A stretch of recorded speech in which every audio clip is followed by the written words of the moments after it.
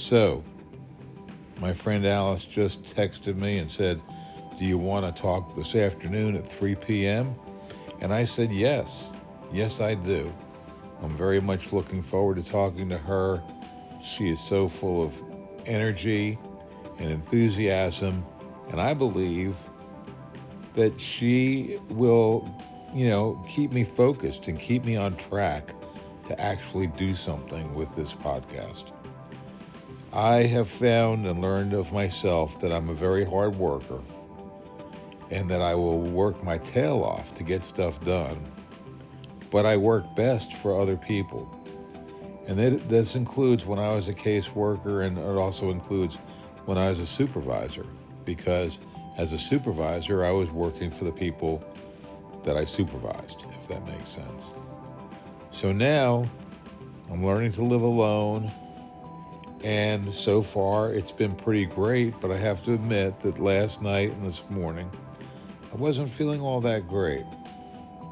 I've been reading and listening to some podcasts or some videos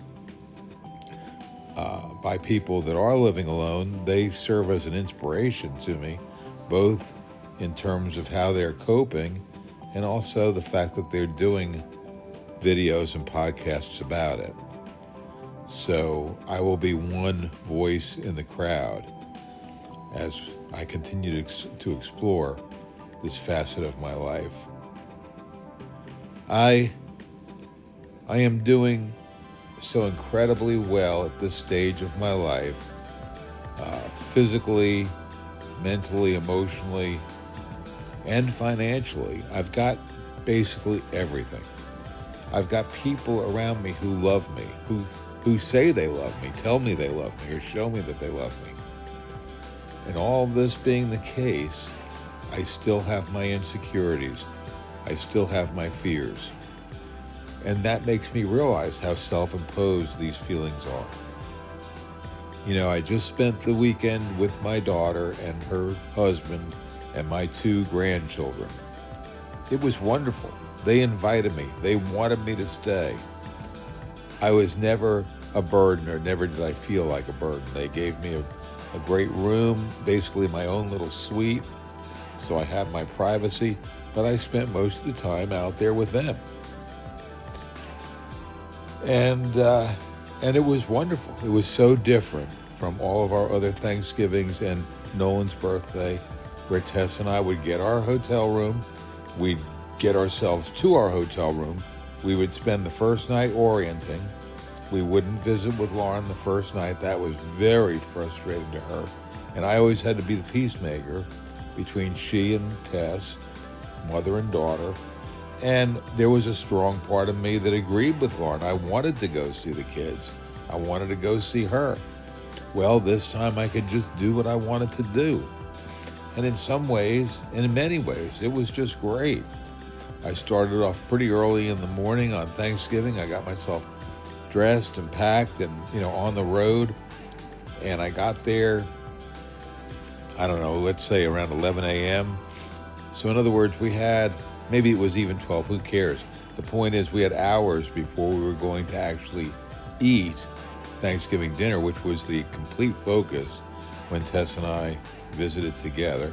This time I was able to hang out with the family and talk with Sam. I had some great conversations with Sam. I watched him basically prepare this fantastic turkey on this phenomenal grill that they have that burns pellets. It's a very modern grill, brand new, and obviously expensive, but that's the thing. They can afford it. They live a good life, and they should live a good life. They work hard. They both work. Lauren got a great education, a medical education, makes a good living, and Sam seems to be doing incredibly well in his insurance job. He has this terrific personality where he can go out and play golf with the guys, with his clients.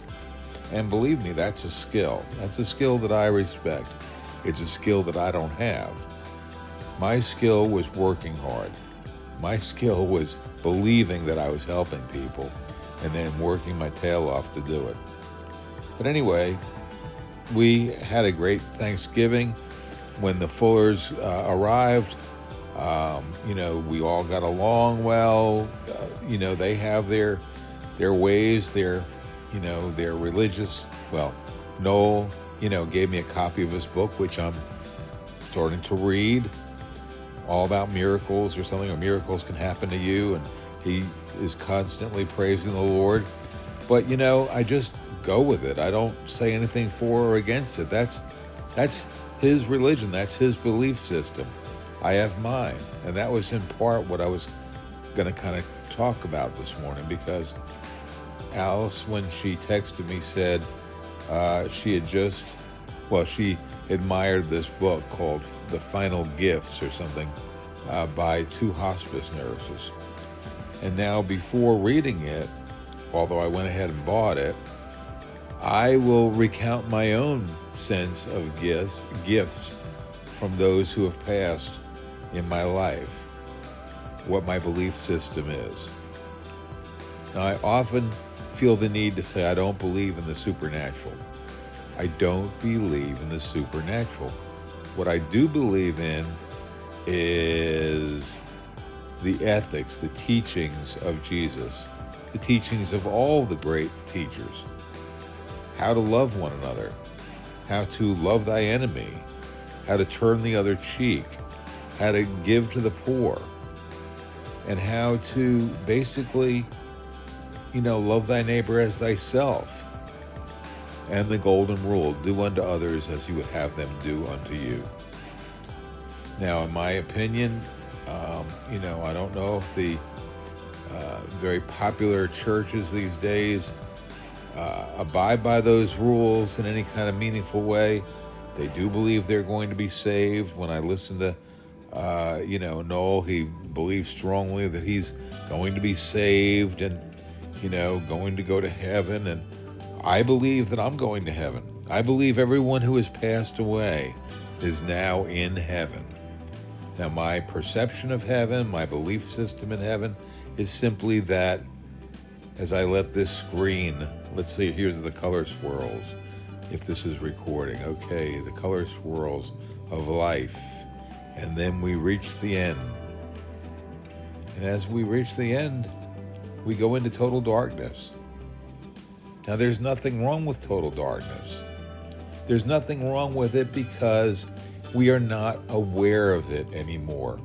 All the angst, all the worries, all the anticipations, the good, the bad, the ugly, if you want to call it that, all these things are in the past now. All there is emptiness. And every one of us is headed there. And to me, this is heaven. The end of life as we know it. And not the beginning of an afterlife. Literally, it is afterlife. After life, there is nothing. There was nothing before life, and there is nothing after life. There's no punishment, that there's no reward unless you consider nothingness a reward, which I do.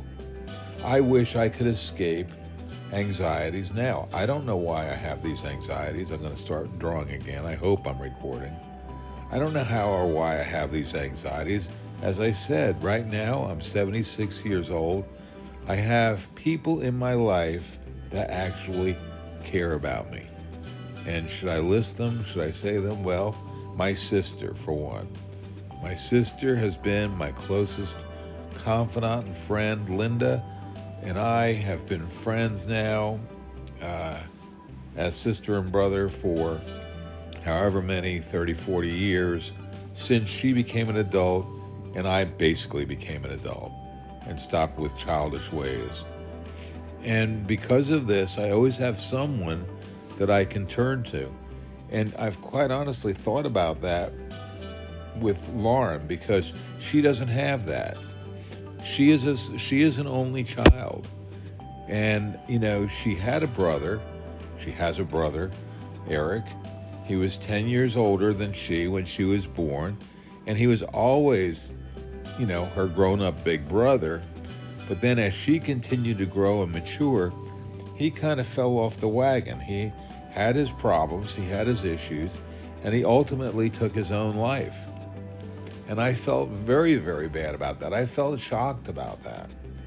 I did I feel guilty? I mean, that was, kind of a letter that his wife sent.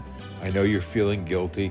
And yeah, I was feeling guilty, not because I did anything. I think I just, that's the only word I can kind of put to the emotions you feel of confusion and loss and what the heck happened and why. And could you have done anything? Could I have said anything? Did I do anything wrong?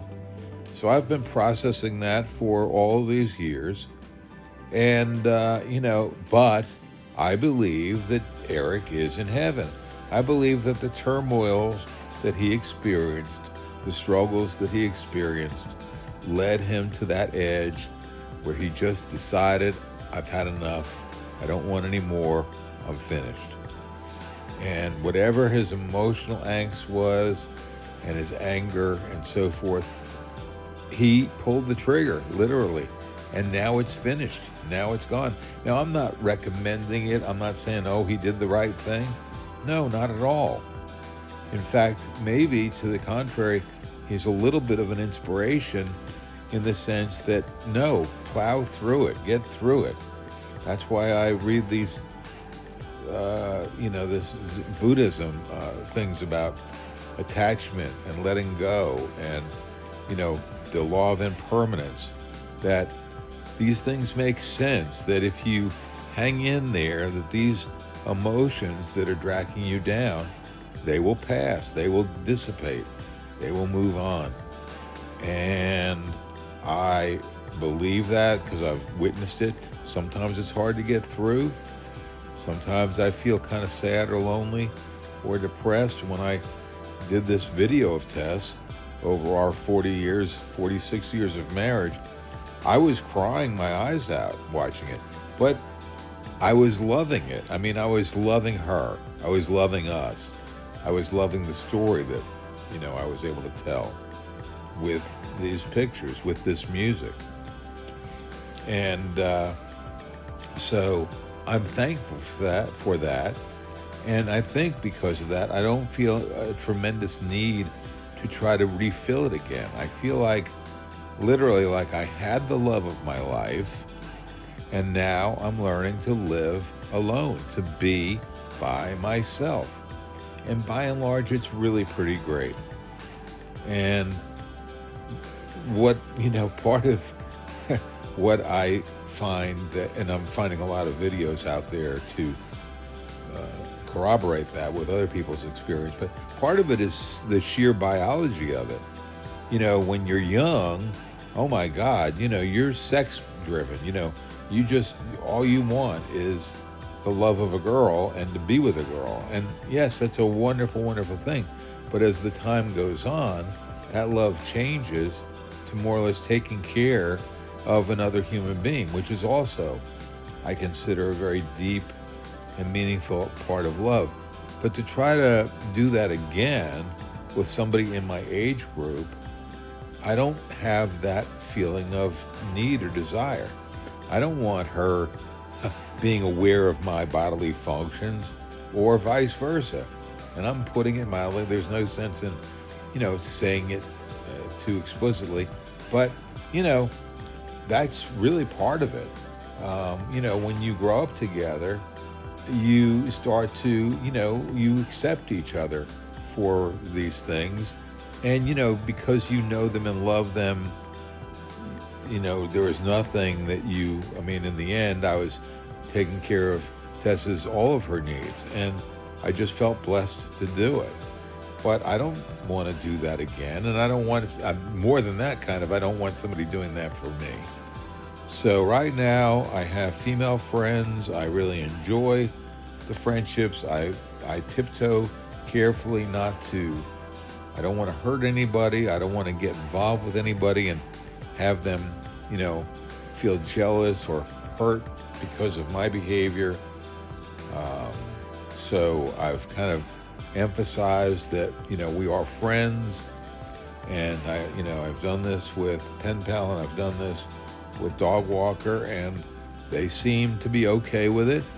And, I don't want to be or sound egotistical, or arrogant, but, because who the hell am I? But I guess I am who I am.